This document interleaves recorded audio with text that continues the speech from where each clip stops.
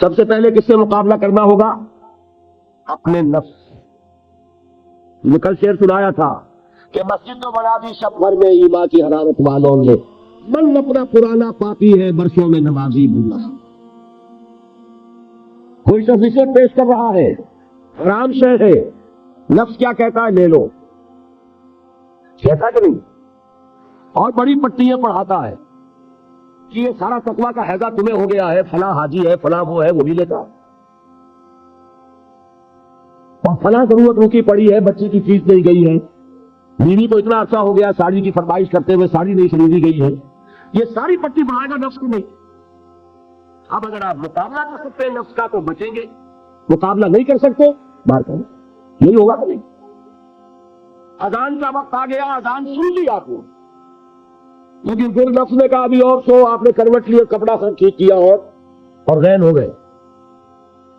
اگر آپ اس نفس کے تقاضے کو اس وقت رد کر سکتے، طاقت آپ میں اتنی ہوتی تو آپ کھڑے ہوتے مسجد کی طرف جاتے۔ گویا کہ بندگی رب کے لیے سب سے پہلا جہاد کس سے کرنا ہوگا؟ نفس۔ اچھا، نفس اکیلا نہیں ہے، اس کے پیچھے ایک بہت بڑا بدماش ہے، وہ شیطان لعین، وہ اسے اکساتا رہتا ہے، پھونکے مارتا ہے، الذی یوسوس فی صدور الناس، اشتعال پیدا کرتا ہے، پٹیاں پڑھاتا ہے، برائی کو مزین کرتا ہے، بے حیائی کو فیشن کا نام دیتا ہے، ناچ گانے کو وہ کلچر کا نام دیتا ہے، یہ سارا کچھ کر رہا ہے۔ تو اگر شیطان سے مقابلہ نہیں کر سکیں گے تو اللہ کی بندگی کر سکتے ہیں۔ تیسری چیز، معاشرہ کتنا ہوا ہے، گرے ہوئے معاشرے کا ایک دباؤ ہے آپ پر، یہ بالکل ایسے جیسے ایک ہجوم ایک طرف جا رہا ہو تو ادھر جانا آسان اور مقابلے میں جانا بہت مشکل، زور لگانا پڑے گا۔ تو معاشرے کا رخ کچھ اور ہے، آپ کا رخ کچھ اور ہے۔ معاشرہ نہ خدا کو جانے نہ رسول کو جانے، آپ چاہتے ہیں اللہ اس کے رسول کے حکم پہ چلنا، اس میں کچھ کرنی پڑے گی کہ نہیں؟ بہت پیارے ہیں وہ مصرے، زمانہ بات نہ سعادت تو با زمانہ خطیب، زمانہ تمہارے ساتھ اگر بات نہیں کر رہا، زمانے سے کیوں کرو۔ اور بے غیرت اور بے حمیت اور پودے اور بزدل اور کچے لوگوں کا اصول کیا ہے؟ زمانہ بات نہ سعادت تو با زمانہ نساز، زمانہ تمہارے ساتھ موافقت نہیں کرتا، بھائی تم زمانے کے رنگ میں رہے ہو۔ آسان راستہ کون سا ہو؟ زمانہ تمہارے رنگ میں نہیں آتا، تم اس کے مطابق ڈھل جاؤ، کوئی تکلیف ہوگی، اور زمانہ تمہارے ساتھ اگر موافقت نہیں کر رہا تم زمانے سے لڑو، تکلیف آئے گی کہ نہیں؟ تین جہاد کرنے پڑیں گے تو انسان اللہ کا بندہ بن سکے گا۔ بات سمجھ میں آئی؟ اسی لیے جب پوچھا گیا حضور سے ای الجہاد افضل یا رسول اللہ، اے اللہ کے رسول سب سے افضل جہاد کون سا ہے؟ آپ نے فرمایا ان تجاہد نفسک فی طاعت اللہ، سب سے افضل جہاد یہ کہ اپنے نفس سے جہاد کرو، کشمکش کرو، مقابلہ کرو، تاکہ اسے اللہ کا نتیجہ ہو۔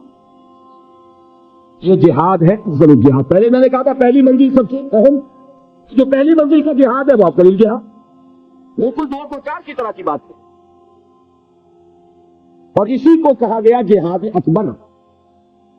جب آپ غزوہ تبوک سے واپس آئے ہیں، آپ نے فرمایا مسلمانوں یہ نہ سمجھنا جہاد ختم ہو گیا، رجعنا من الجہاد الاکبر الى الجہاد الاکبر، وہ تو چھوٹا جہاد تھا جو ہم کرنے گئے تھے کافروں کے خلاف، یہ بڑا جہاد ہے جو مدینے میں رہ کر ہوگا، ہر آن ہوگا، وہ تو کبھی ہوتا کبھی نہیں ہوتا، یہ ہر وقت ہوتا ہے، ہر صبح ہوتا ہے، ہر رات ہوتا ہے، ہر شام ہوتا ہے، ہر لہجہ ہوتا ہے، ہر وقت سے خیر و شر کی، حلال اور حرام کی، صحیح اور غلط کی، زمانے کی روش اور دین کے تقاضا ٹکرا رہے ہیں۔ آپ اگر اس راستے پر پہلا قدم رکھیں ایک حسن کے ساتھ تو ہوش ٹھکانے آ جائیں گے، دن میں تارے نظر آئیں گے، 14 سبق روشن ہو جائیں گے کہ دین کا نام لینا آسان ہے، چلنا بہت مشکل۔ تمہیں کوئی مسلمانم بے لرزم کے دانم مشکلات لا الہ۔ یہاں پر بھی نوٹ کیجئے کہ یہ 3 اس کے مرحلے ہیں جو منہج انقلاب نبوی میں ہم نے واضح کی، طاقت کے ساتھ طاقت پوجا آزمائی۔ پہلا مرحلہ صبر محض میں، سچویشن پر کھیلو، برداشت کرو، صبر کرو۔ نغمہ ہے بلبل شوریرہ تیرا خام ابھی اپنے سینے میں اسے آؤ ذرا تھا، وقت آئے گا ہاتھ کھول دیے گا۔ دوسرا مرحلہ ریزسٹنس، آگے بڑھو، نکالو، چیلنج کرو، نام کرو، آخری مرحلہ ہے، صاحب جان دینے کے لیے میدان ہے یہ کتاب۔ اسی لیے میں نے ایک مرتبہ تقریر کی تھی منبر میں، پہلی مرتبہ مجھے یاد ہے، میں نے یہ 9 منزلیں بیان کی، 8 منزلیں جہاد میں، 9ویں منزل جا کر کتاب بنتی ہے۔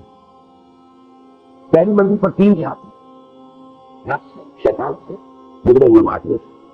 دوسری منزل پر دعوت و تبلیغ بالحکمہ بالموعظہ جدال احسن۔ تیسری منزل پر صبر محض، اقدام، چیلنج، 8 منزلیں جہاد، اور 9ویں منزل ان اللہ یحب الذین یقاتلون فی سبیلہ صفا کانہم بنیان مرصوص۔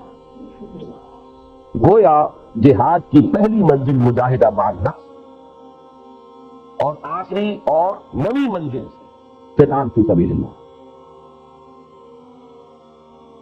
واضح رہے کہ اسی کا منفی پہلو ہجرت، بہت اہم بحث شروع ہوئی۔ جیسے اسلام کا منفی پہلو اطاعت کا تقویٰ ہے، حکم مانو، حکم پر عمل کرو، اطاعت، نافرمانی سے بچو، بات ایک ہی۔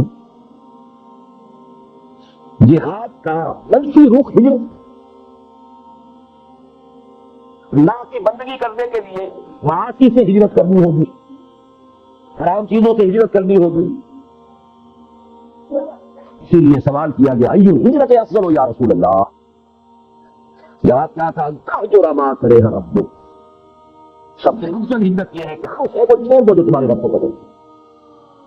اسی لیے تنظیم کے عہد نامے میں جب اللہ کے ساتھ معاہدہ ہے، انی واحد اللہ، نمبر 1 اس بات کا معاہدہ ان احجر کل ما یکرہ، ہم اسے کو چھوڑ دوں گا جس کو وہ پسند نہیں۔ واضح رہے کہ اسی کا منفی پہلو ہجرت ہے، چنانچہ اس کی بھی پہلی منزل ان تہجر ما کرہ ربک ہے، اور آخری یہ کہ اقامت دین کی جدوجہد میں وقت آنے پر گھر بار، مال و ملال اور اہل و عیال کو چھوڑ کر نکل جایا جائے۔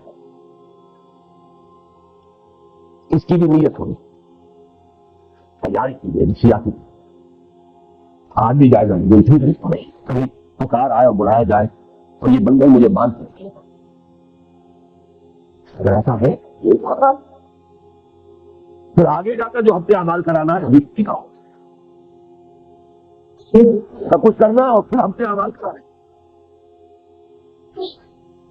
تو مانو انہوں نے ہجرت نہیں کی۔ سورہ نساء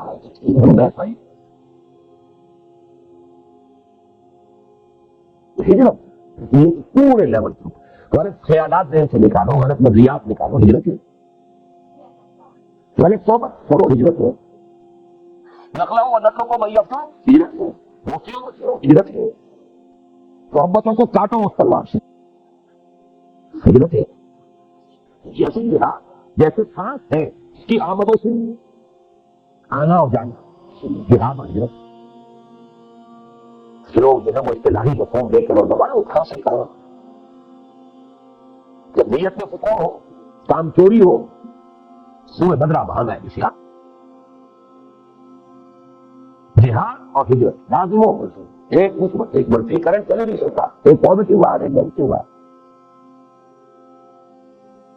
جہاد کی پہلی 2 منزلوں کے لیے اصل آلہ و ہتھیار قرآن مجید۔ نفس سے جہاد کریں گے کیسے مانیں گے؟ نفس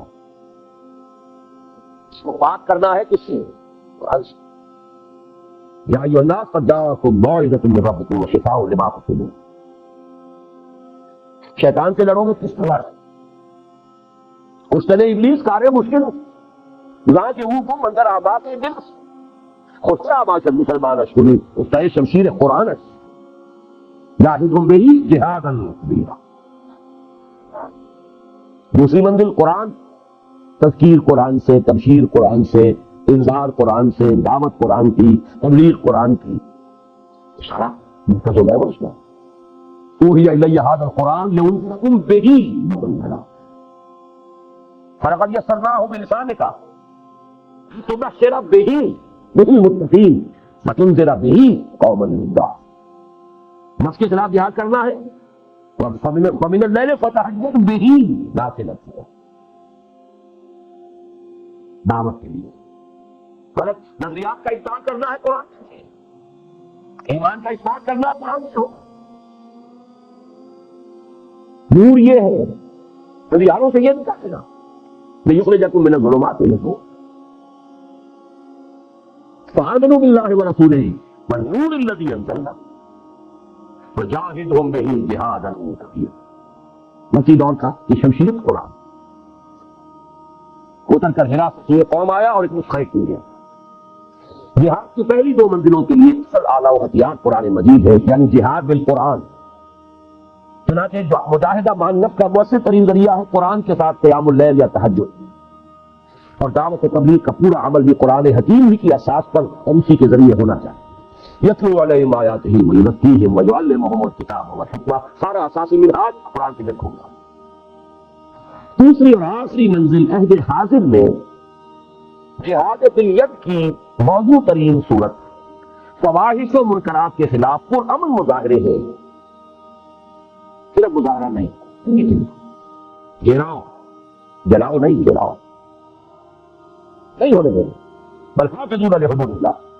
چلاؤ گولی، شہادت مطلوب مومن دمال غنی. یہ میرا کل کا موضوع ہے، لیکن یہ کیا ہے جہاد بالیت. کسی کو نہیں منکر بالیت کہا. من رأى منكم منكرا فليغيره بيده فإن لم يستطع فبلسانه فإن لم يستطع فبقلبه وذلك ضعف الإيمان. فمن جاهدهم بيده فهو مؤمن ومن جاهدهم بلسانه فهو مؤمن ومن جاهدهم بقلبه فهو مؤمن ليس وراء ذلك من الإيمان حبة خردل. لیکن اس میں نوبت فقہائے کرام کی طے کردہ شرائط کے تحت قتال یعنی جہاد بھی سیف تک نہیں آ سکتی.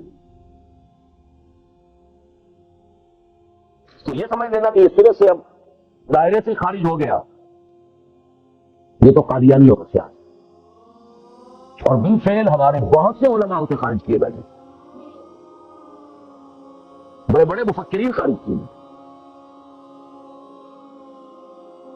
لوگوں کو یہ مغالطہ لاحق ہو گیا ہے فاسق و فاجر حکمرانوں کے خلاف پہنچ نہیں ہوئی.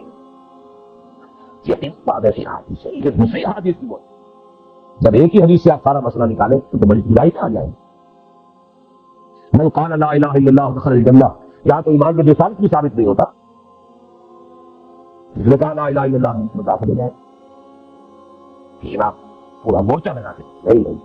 ایمان کی رسالت تعلیم ہے، ایمان کی آخرت، ایمان کی قرآن تو اس کا عملی تقاضے راضی ہے. تو اس کو بھی اچھی طریقے سے سمجھ لیجیے. قتال اور فساق اور فجار حکمرانوں کے خلاف طاقت کا استعمال، لیکن اس کی شرائط. امام ابو حنیفہ جن کو میں سید الفقہاء سمجھتا ہوں، انہوں نے اس کے لیے واضح طور پر کہا کہ نہیں، ملک اگر زبان سے مؤثر نہیں ہو رہا تو فوری سیف. لیکن اس کے لیے طاقت اتنی مہتوپورن چیز ہے. یہ نہیں کہ 4 آدمی اکٹھے کیے، 4 کو مروا دیا، پھر آگے چلے، پھر 10 کو اور اکٹھے کیے، 10 کو مروا دیا. یہ ہنگامہ کیا، یہ قوت جمع کیجیے، تربیت کیجیے، منظم کیجیے، معتدل تعداد اتنی کہ جو بھی آپ کے اندازے ہیں اس کے اعتبار سے ایسی کوئی شے کہیں سے آ جائے بولٹ فرام دی بلو، وہ بات نہیں ہے. لیکن ہر اندازے میں آپ یہ تقریباً یہ یقین رکھیں کہ اب اتنی طاقت ہے کامیابی ہو جائے. ٹیررزم جو ہے جو چل رہا ہے جہاد مثال کو بدنام کرنے والا، لیکن یہ کہ اس کو خارج کر اس میں نوبت فقہائے کرام کی طے کردہ شرائط کے قتال یعنی جہاد میں سیف کیا. یہ ہے جہاد کی بحث. پہلا جو لازمی تقاضا ہے ان 3 فرائض کے لیے وہ ہے جہاد. دوسرا لزوم اجتماعیت، اجتماعیت کا لزوم. اس میں بھی درجے ہیں، کسی جگہ یہ مستحب ہوگا، کسی جگہ یہ مفید کہہ لیجیے، ممت کہہ لیجیے، کسی جگہ لازم. ہر حال میں لازم نہیں. فرید اول کے ضمن میں صرف صحبت ثالث کینی مع صادقین. اللہ کا مطلب ہے نفس سے جہاد کرنا ہے، شیطان سے کرنا ہے، باتیں سے کرنا ہے، ایسے لوگوں کی میت تلاش کریں، ایسوں کا قرب، ایسوں کی صحبت، یہی کام کر رہے ہو، یہی کرنا چاہتے ہو، نیت پہنچے گی آپ۔ مرید کسی ارادہ کرنے والا، آپ نے ارادہ کیا ہے اور بھی ہے، اس نے بھی ارادہ کر لیا ہے، یہ مرید جمع ہو، اس سے یقین یہ رہا۔ لیکن عقل محض کس کام کے لیے جماعت، میں جماعت کا ایک مفہوم خاص بول رہی ہوں، جماعت ڈسپلن سموٹات والی جماعت کس کام کے لیے ضروری نہیں۔ نمبر 2، اسی طرح فریضہ ثانی کے ضمن میں درسگاہوں، اداروں، انجمنوں اور سوسائٹیوں سے پورا ہو سکتا ہے۔ دین کی دعوت و تبلیغ ہے، شیلا دھالا ادارہ ہے، اشاعت قرآن کا ادارہ، پبلشنگ ہاؤس ہے، آڈیو ویڈیوز کا کوئی سلسلہ ہے، جرائد ہے، رسائل ہے، انجمنیں ہیں، دارالعلوم ہے، یہ سب کا ذریعہ ہے، یہ جماعت ہے، اجتماعیت ہے، لزوم اجتماعیت کی کام ہے، اجتماعیت یہ کام ہے، یہ لوز آرگنائزیشن، ایسوسیشنز، انجمنیں، ان میں وہ سب ہوتا ڈسپلن جیسے ایک دستور ہے، قانون ہے، اس کے مطابق آپ نے تقسیم کار کر دی، صدر ہے، کوئی سیکریٹری ہے، جس کی ٹانگ سٹیوں کا سٹی ہے، وہ کانفیڈنس لے آئیے اس کے خلاف، جس کو آپ برقرار رکھنا چاہیں، آپ کا دارالعلوم ہے، اس کا کوئی محتمل ہے، نظر تو وہاں ہوگا وہ جماعت۔ لیکن اب ہے فریضہ ثالث کے ضمن میں سم و طاعت فی المعروف کے ٹھیٹ اسلامی اور عسکری اصول پر مبنی جماعت کے بغیر پورا نہیں۔ کوئی سبق ہوگا جو سمجھے کہ یہ کام ہو سکتا ہے، مگر ٹھیٹ اسلامی اور ملٹری، وہاں آپ کو یہ اختیار نہیں ہے، حق حاصل نہیں ہے کہ آپ اپنے سپیریئر سے یہ پوچھیں کہ یہ حکومت کیوں دے رہے ہیں، یہ کیا حکمت ہے۔ There's not a reason why, there's but a reason. اور ٹھیٹ اسلامی سموتا فتلو ہوتی ہوں، اللہ کی سموتاعت مطلق، رسول کی سموتاعت مطلق، اللہ یہ کہ وہ خود کہہ دے کہ یہ صرف میرا مشورہ ہے، نہیں ہے۔ جیسے حضرت بریرہ نے پوچھ لیا، حضرت مغیث ایک غلام تھے، حضرت بریرہ ایک کنیز تھے، ان کے ساتھ نکاح، حضرت عائشہ کی کنیز تھی، حضرت بریرہ، حضرت عائشہ نے انہیں آزاد کر دیا، اب ان کا اسٹیٹس ہو گیا اونچا، وہ غلام کے غلام تھے۔ یہ ایک خیار حاصل ہوتا ہے، اختیار، چوائس۔ کنیز پہلے جس کے نکاح میں تھی، کنیز ہونے کی حیثیت سے کسی غلام کے، جب وہ حرہ ہو گئی، آزاد ہو گئی، اسی حد آپشن، وہ چاہے تو اب اس کے نکاح میں رہے، وہ نہیں رہا، تو حضرت بریرہ نے کہا تو اس کے نکاح میں انہیں بہت محبت تھی، انہوں نے پہلے خود خوش آمد کی نہیں بات، پھر سفارش کروائی، سفارش میں کس کی؟ محمد رسول اللہ کی بات کہ حضور نے فرمایا بریرہ کیا حال ہے، گوئی کی گرد نہ ہو، فوراً سوال چلو فرمایا نہیں ہے، میں نے کام یہ قبول نہیں، حکم کو لکھا ما كان لمؤمن ولا مؤمنة إذا قضى الله ورسوله أمرا أن يكون لهم الخيرة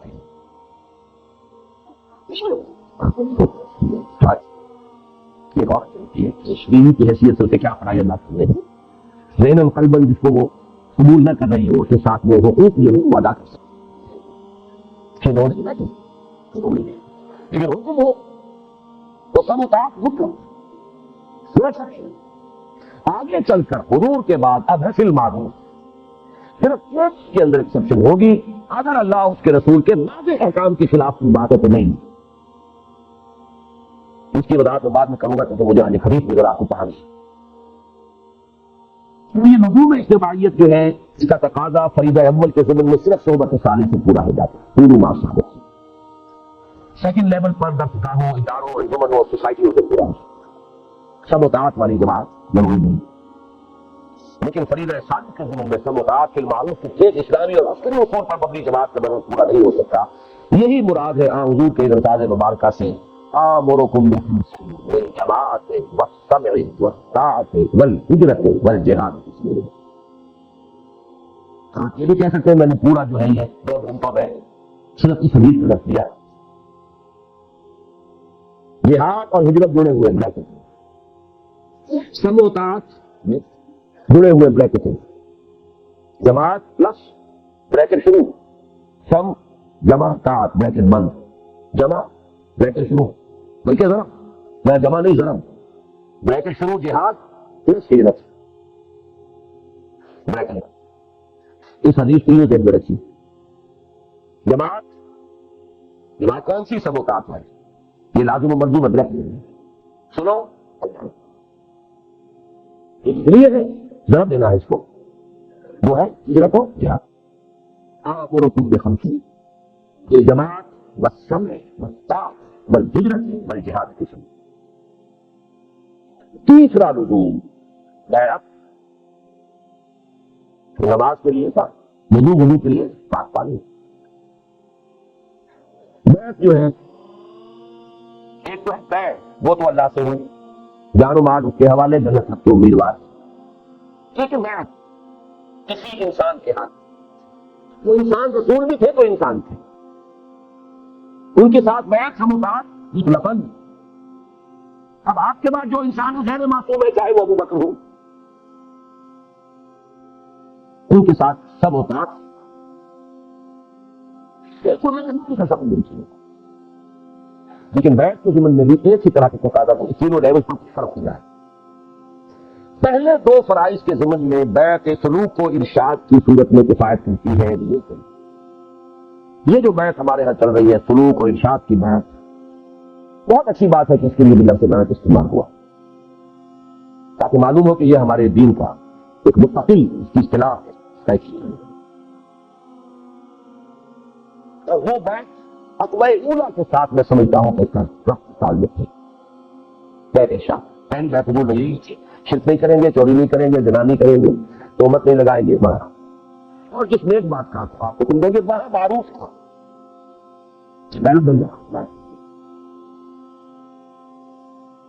آج وہ بیعت قرآن صرف بیعت النساء ہے. یہ سلوک کی بیعت زنانہ بیعت ہے، یہ مردانہ بیعت نہیں ہے، زنانہ. غور کر لیجیے، قرآن حکیم میں وہی الفاظ بھی ہیں. اللہ کی سورہ ممتحنہ 6-7 میں نازل ہو رہی ہے. بیعت عقبہ اولا سن 10 میں، سن 10 نبوی، ہجرت سے 1.5-2 سال قبل لی جا رہی. ایک فصل ہے 8-9 برس. یہ وہی الفاظ ہیں بیعت عقبہ اولا کی، وہی قرآن میں آئے. بیعت النساء یہ زنانہ بیعت ہے، مردانہ بیعت نہیں. مردانگی تو چاہیے، وہ میدان میں جب آنا ہے. مردانہ بیعت وہ فرض خواتین پر نہیں. زنانہ بیعت اس کے بارے میں ہمارے ہاں وہ جو اہل حدیث مسلک کے لوگ ہیں وہ اسی کا کوئی بیعت نہیں، کوئی اصول نہیں، کوئی شخص نہیں. بیعت عقبہ اولا یہ بھی ہے، بیعت النساء بیعت شاہ ہے، وہ بھی صحیح نہیں.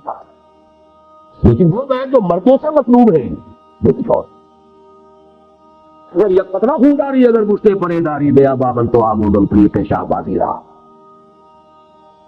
مردانگی اس کے لیے بیعت جو ہے وہ ہے نمبر. فریضہ ثالث کے ضمن میں بیعت سموعات فی المعروف کی صورت لازمی و لابدی. میرے پاس اور الفاظ نہیں ہے، خبر تاکہ کیسے کروں. لازمی ہے، لابدی، کوئی اس سے رشتہ داری نہیں. نہ تو کہیے کہ وہ فرض ہے ہی نہیں. ٹھیک ہے، چھٹی ہوگا، جس گاؤں جانا نہیں اس کا راستہ کا ہے تو پوچھتا. وہ مانتے ہیں کہ وہ فرض ہے. بلند ترین منزل کے لیے جد و جہد، تو کوئی پاگل ہوگا، احمد ہوگا، ڈھیٹ ہوگا، اس کے لزوم کا انکار. فریضہ ثالث کے ضمن میں بیعت سموعات فی المعروف کی صورت لازمی و لابدی ہے. اسی کی جانب اشارہ ہے مسلم شریف کی روایت عن عبداللہ بن عمر رضی اللہ تعالیٰ عنہما میں، اس میں حضور صلی اللہ علیہ وسلم کے الفاظ مبارکہ وارد ہوئے ہیں کہ من مات ولیس فی عنقہ بیعۃ مات میتۃ جاہلیۃ. جو شخص مرا اس حال میں کہ اس کی گردن میں بیعت کا قلادہ نہیں تھا، وہ جاہلیت کی موت مرا ہے، ایمان اور اسلام کی موت نہیں مرا. جو لوگ اس بیعت ارشاد کو سمجھ لیتے ہیں کہ یہ تقاضا پورا ہو رہا ہے، وہ اپنے آپ کو دھوکہ دے رہے ہیں. دوسری بیعت. اس حدیث کے بارے میں بھی میرے جو الفاظ تھے اوریجنل ان میں میں نے تھوڑا سا اضافہ کیا. اصل میں مجھے متنبع کیا تھا مولانا سید حامد میاں رحمۃ اللہ علیہ جو ہمارے مستشارین تھے. سکتا ہوں کہ اس کو یہ آپ اس کو لازم قرار دے رہے ہیں. یہ مفہوم تو ہمارے بزرگوں اور اپنا میں سے کسی نے بیان نہیں کیا کہ اس معنی میں یہ بیعت یہ لازم ہے. میں نے انہیں جواب دیا بڑی ٹیکنیکل ٹرمز میں. مولانا اس کو اللہ صاحب سمجھا میں نے کہا مولانا پہلی بات تو یہ ہے کہ کسی شے کا عدم ذکر اس کے عدم وجود کو مستلزم نہیں. کسی شے کا ذکر نہ کیا جائے مطلب یہ تو ہے کہ یہاں کتنے لوگ ہیں کتنے کچھ لوگوں کا ذکر کرتا ہوں تو اس سے باقی لوگ نہیں ہوئے. اگر اسلاف میں سے کچھ لوگوں نے ذکر نہیں کیا تو اس سے یہ لازم نہیں آتا تھا یہ انسان.